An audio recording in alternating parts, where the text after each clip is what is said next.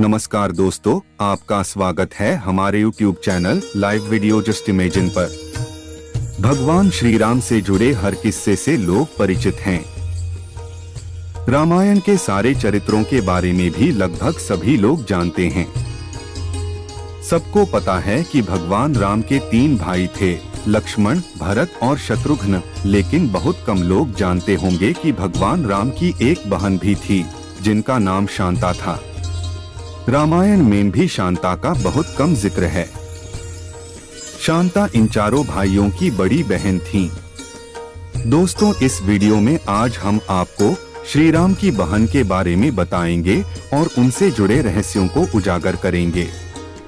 तो चलिए शुरू करते हैं। शांता राजा दशरथ और कौशल्या की बेटी थी, जिन्हें वर्षिणी और उनके पति रोमपद ने गोद लिया था। शांता ऋषि श्रृंग की पत्नी थी। शांता और ऋषि श्रृंग के वंशज सेंगर राजपूत हैं, जिन्हें एकमात्र ऋषि वंशी राजपूत कहा जाता है। शांता महाराजा दशरथ और कौशल्या की बेटी थी, जिन्हें अंगदेश के राजा रोमपद और कौशल्या की बड़ी बहन वर्षिणी ने गोद लिया था। वर्षिणी की कोई संतान नहीं थी। एक बार वर्षिणी अपने पति के साथ अपनी बहन से मिलने अयोध्या आई थी। वर्षिणी ने मजाक में शांता को गोद लेने की इच्छा जताई। वर्षिणी की ये बात सुनकर राजा दशरथ ने उन्हें अपनी बेटी शांता को गोद देने का वचन दे दिया और इस तरह शांता अंगदेश की राजकुमारी बन गई। शांता के बाद राजा दशरथ की कोई संतान नहीं थी। वो एक पुत्र चाहते थे जो उनके राजवंश को आगे बढ़ाए। उन्होंने ऋषि श्रृंग को पुत्र कामेष्टि यज्ञ करने के लिए बुलाया, जिसके परिणाम स्वरूप राम, भरत तथा जुड़वा लक्ष्मण और शत्रुघ्न का जन्म हुआ। शांता को वेद कला और शिल्प का अनूठा ज्ञान था। वह बहुत सुंदर भी थी। एक दिन राजा रोमपद शांता के साथ बातचीत में व्यस्त थे। तभी एक ब्राह्मण मानसून के दिनों में राजा से खेती में मदद मांगने आया। रोमपद ने ब्राह्मण की याचना पर ध्यान नहीं दिया। अपनी उपेक्षा से नाराज ब्राह्मण वहां से चले गए। वर्षा के देव इंद्रदेव भी अपने भक्त के इस अपमान से नाराज हो गए। इसलिए मानसून के मौसम में वहां बहुत कम वर्षा होती थी। सूखा पड़ने से वहां हाहाकार मच गया। इस समस्या से मुक्ति पाने के लिए रोमपद ऋषि श्रृंग के पास गए। रोमपद ऋषि श्रृंग से यज्ञ करने की विनती करते हैं।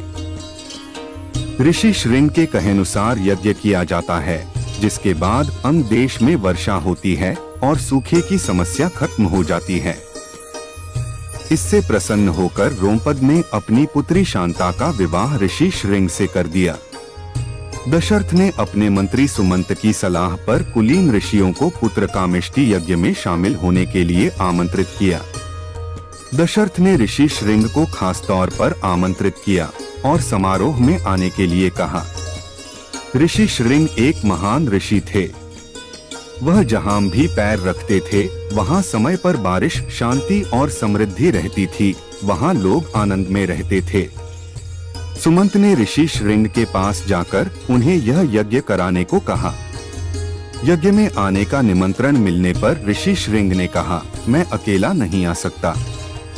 मैं यज्ञ कराने के लिए सहमत हूँ, लेकिन मेरी पत्नी शांता भी मेरे साथ आएगी। वह भी ऋत्विक के रूप में कार्य करेगी। सुमंत इस शर्त को मानने के लिए सहमत हो गए। शांता और ऋषि श्रृंग अयोध्या पहुँचे। शांता ने दशरथ और कौशल्या के चरण स्पर्श किए।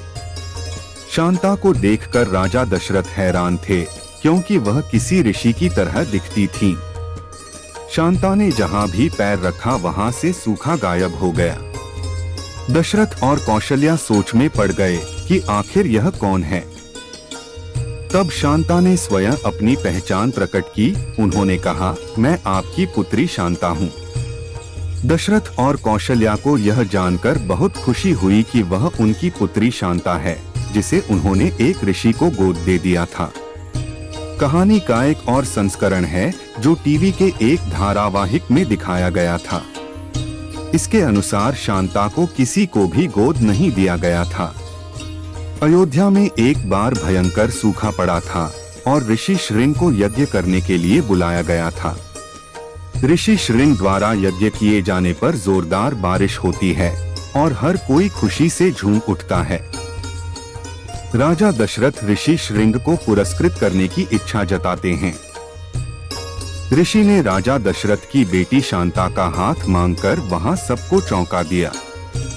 हालांकि राजा दशरथ अपनी राजकुमारी बेटी का हाथ एक ऋषि को देने के इच्छुक नहीं थे, लेकिन फिर भी वह इस बात के लिए मान गए। सालों बाद भी राजा दशरथ की कोई संतान नहीं होती है। वह पुत्र कामेष्टि यज्ञ करने के लिए फिर से ऋषि श्रृंग को आमंत्रित करते हैं। यज्ञ कराने के बाद ऋषि श्रृंग रानियों को प्रसाद खाने को देते हैं और इस तरह अयोध्या के राजकुमारों का जन्म होता है। दोस्तों, यह जानकारी आपको कैसी लगी, हमें कमेंट बॉक्स में अवश्य बताएं।